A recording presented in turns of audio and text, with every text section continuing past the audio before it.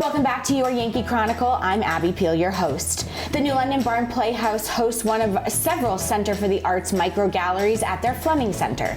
The latest show is the work of Timothy Sievers. Let's now meet the artist. So I had a long career in medicine, doing a highly stressful job as an anesthesiologist, and I've always needed an outlet. And for years, I have been doing other things other than art. Sports, music. I was a lead guitarist in a mega church down in Manchester for 20 years. So it was always some kind of an outlet. But as I got older and then eventually retired last year, I was kind of finding myself looking for a new happy place. Sitting in my garage, just kind of pondering life. And I took a little fateful drive to Hobby Lobby in Claremont and filled a cart full of supplies. I think I watched one video on YouTube of someone doing like a pouring thing. That's the only video I've ever watched in my life about art. And I kind of started, I looked at it and was like, well, I can do that and I can take it further. And so that's what I did. I started making pieces. I really started to enjoy it.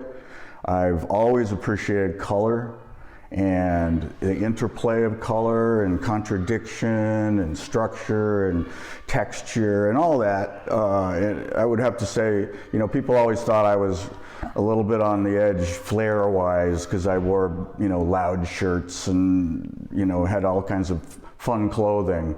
And I think that was sort of my early, you know, that's how I showed my appreciation for color.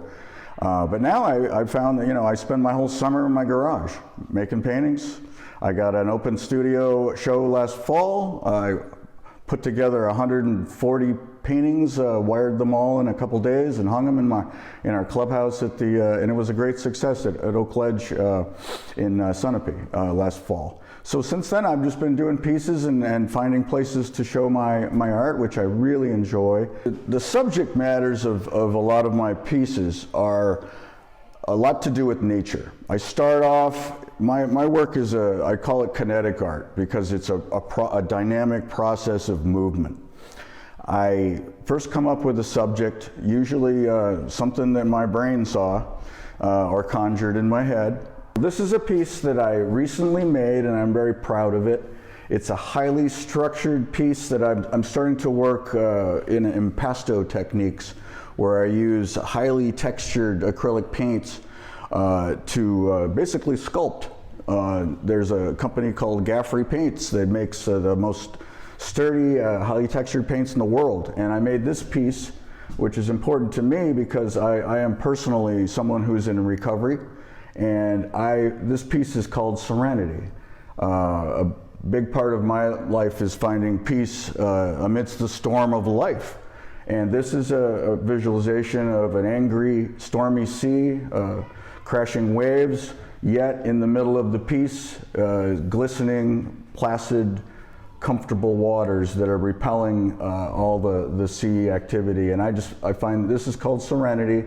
And it represents your ability to find inner peace amidst the storm of life. This is my global warming piece called Glacial Retreat. What I did was constructed an aerial view of a glacial field in either Greenland or Iceland or somewhere like that, and then tried to show what would happen with global warming. So what I did was I made the piece as an aerial view of a glacial field and then applied various forces to get this painting to move, much like a glacial field would do with global warming. So I painted the piece and then set it overnight with a 3-degree tilt in this corner down so that the painting would flow very slowly overnight. So that's what we see here is, and then I used heating quite a bit to get the paint to move in a controlled manner very slowly, just like we see with glaciers. And then also this painting is called Crystal Zen, where I incorporated natural luminescent crystals throughout the piece. And if I had a black light, which I don't today, the whole piece comes alive with a black light. You get rings of fire that burst out, and all the crystals luminesce. I find myself to be almost as much of an engineer with paint as an artist. I set up my paintings, my pieces with largely with brushes and sculpting tools and heavy foundations, and then build off of that with varying densities of paint and layering, so that I can, my process is to initially place paints. I think that's my strength, in placing paints and overlying, and then I'll apply various forces, force of kinetic energy, movement, centrifugal force, tilting, making the paint move and flow.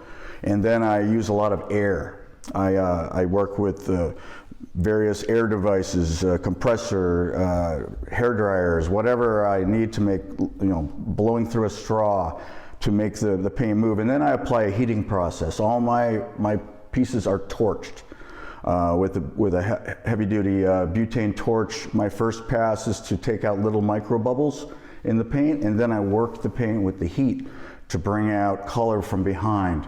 It'll burst through, and you can control that as you, the more you work with this stuff and get to know how paints move and work together and how they flow. So the end result is a dynamic piece that seems to have some movement and a lot of color and eye-catchiness. I like to incorporate a lot of natural products as well into my art.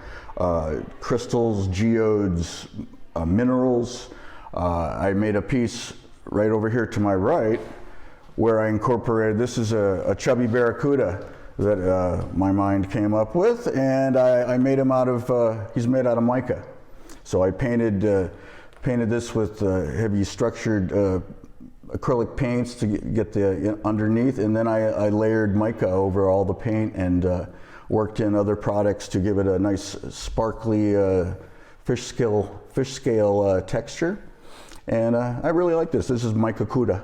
Well, I was always the decorator of the walls in my homes. I was the guy that searched out the art and found, I used my instruments as for years as decoration. At one point I had like 27 electric guitars and, ridiculous amount of firepower, and I hung them as art all over my house. But I've always appreciated art, and I think my artistic journey started when about 25 years ago, my father was a handyman in retirement for a woman in Henniker on a French's Pond. She was this amazing woman who made art, mixed media pieces in her retirement, just like I'm doing. And she was incredible in mixed media, and I bought most of her stuff, so I have most of her stuff in my house, and it's always inspired me. I have a website that I have everything up to my current stuff on. I need to incorporate that. I'm not quite up to date on the website, and you'll find all my stuff on there. And the way I do my sales is just through direct contact. I don't sell online directly. Thank you, Tim, and thank you to the Barn Playhouse for providing the space to highlight other artists. For a rundown of the other micro galleries and the art hanging, go to centerfortheartsnh.org. When we return, I'll be joined by Tom Robb of Benjamin F. Edwards for a rundown on this year's Black Fly Golf Tournament. But first, these words from the good folks that make our communities the great places they are, the businesses that support us, and the organizations you know and love. This program is supported by Main Street Bookends of Warner for books, toys, games, cards, gifts, and a gallery of local art. Main Street Bookends of Warner.